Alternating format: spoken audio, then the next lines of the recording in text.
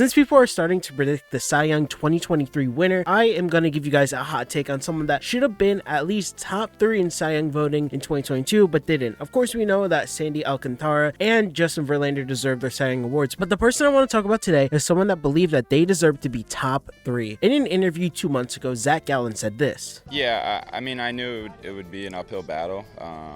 You know, those other 3 guys are unbelievable pitchers, unbelievable competitors. They had great years in and of themselves. I feel like I deserve to be up there, but, you know, some people see it the other, a different way, so it happens. Now, many people might be shocked because Zac Gallen seems like such an underrated guy and someone that not a lot of people talk about unless you really know ball, and that's partially due to him being on the Arizona Diamondbacks. The Diamondbacks just aren't contenders and isn't a big market team, unfortunately, and because of that, a lot of people just don't appreciate Zac Gallen as a pitcher. Now, before I get into why I think Zac Gallen is amazing, please like and subscribe so you can keep up to date with MLB news and stories, so let's get into it. Now, what I do want to say is I think he really did have an underrated 2022 Cy Young campaign season, and today I want to talk about why. Zac Gallen pitched to a 2.54 ERA, a 3.05 FIP, a 9.39 K per 9, and a 2.30 walks per 9, while having the league-leading WHIP stat at .913. For those that do not know what those numbers mean and heard me kind of nerd out for a minute,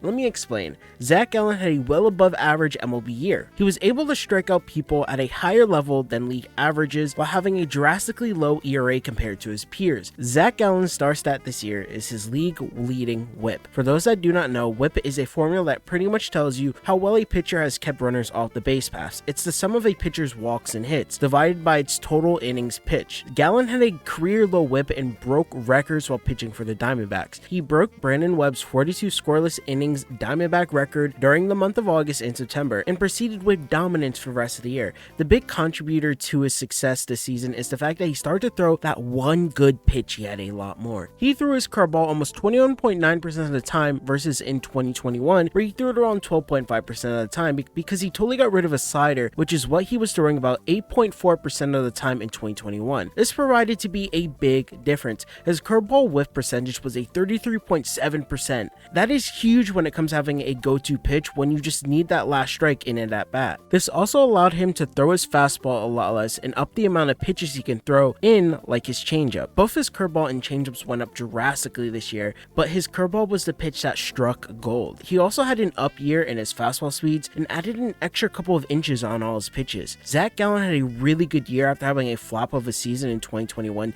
to his standards. A lot of people started looking back on his trade when he was sent to the Diamondbacks for Jazz as a fleece by the Marlins, but Gallen shut those doubters up with his really good 2022 season. If you look at his record-breaking streak in August and September of literally having a 0 ERA for 6 starts is insane in itself. You can argue the teams he played weren't all that good, but he did play the Phillies, Brewers, and Giants, which were at the time all fighting for playoff spots. These games were serious, they were competitive, but Zac Gallen was just a different breed. The dude just had that dog in him. He proved himself this season after almost having a Cy Young potential season in 2020, and I think in 2023 it will be the year of Zac Gallen. I think people are going to pay a lot more attention to this dude, and especially since the Diamondbacks are slowly getting better and honestly starting to become contenders the next few years, if Zac Gallen could keep on doing what he's doing right now, I'm sure Zac Gallen will become an all-star for the next few seasons as long as he can keep that pitching performance where it was later in the 2022 season. I think Zac Gallen definitely proved himself, and I think in 2023 he will definitely be in top 3 contention talks. If he finishes well enough in 2023 and stays healthy, I think he will definitely be in that Cy Young voting pool. What's your guys' thoughts? Do you think he deserved more votes than he got? Do you think he should have been top 3 like he thinks he should have been? Or do you guys think it was okay that he ended up in 5th place? Leave a like and subscribe. Thank you guys for watching. If you made this far, have a good one. I'll keep you up to date on all the MLB news.